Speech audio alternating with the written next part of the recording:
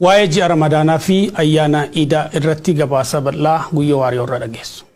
bar dhibbi torbaatamoot war kabajamaaf jaalatama Qureesh irra dirmakkaa dhalate bar dhibbi kudhanii gaaf umriin isa dargaggummaa dhaqqabdu goda keessaa jalqabe kitaab qulqullicha amantaa war muslimaa hiraan itti himamu jalqabe eegee ergamaan rabbi ka Jibriil jedhametti dhufu waggoottan 23 oliif eegi Quraan itti himeen booda dhumni mirga kitaab qulqullicha kana bar dhibbi 32 xumuramuun innillee gaafas bulubbuudha namootni hedduun ergama rabbi jedhuun ergama waaqayyoo gudda jedhuun illeen kanuma khaan hedduun immoo alamiin jechuu yaamu alamiin jechuun jecha afaan warra raboota yoo ta'u afaan keenya Oromoo yoo jijjiirri immoo amanama jechuu jedhan wanni amanama jedhaniif illeen duub eegi kitaabi guddichi yookaan Quraani kun itti himameen duub adoottiin darin adoo keessan baasin akkuma inni jiru guddin waaqayyootiif ismalee rabbiin dhibiin akka hin jirreef ofiisaati immoo ergama rabbi ta'uun barsiisee fakkatee dubbata Muhammad amanta muslima jalqabsiisuuf adoon taane amantii muslima amantii ergamtoota gurguddoo akka aadaan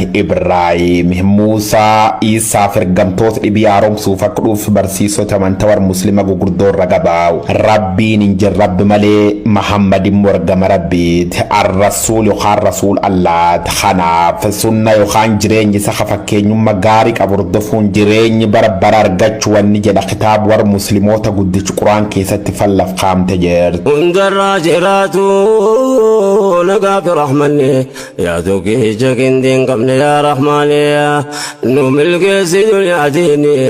ومتاتي فدوب وقوتن ددام صديق خطابي قد شرقم رب محمد كنم خان سبب تلفجون أمتي مسلمة جارة الدوف باتي رمضان خانقنام سبي بر الرجال قبون حق قلقلون قلني وانياتن نوغن قفدون تاني قريش فرجو تامبوت اوت اوف دوبرتي دبلتي وان الدروف قسجون جسوم رمضان خبركم لما في الدم لما نغانو بافتشون أرضي ساولاني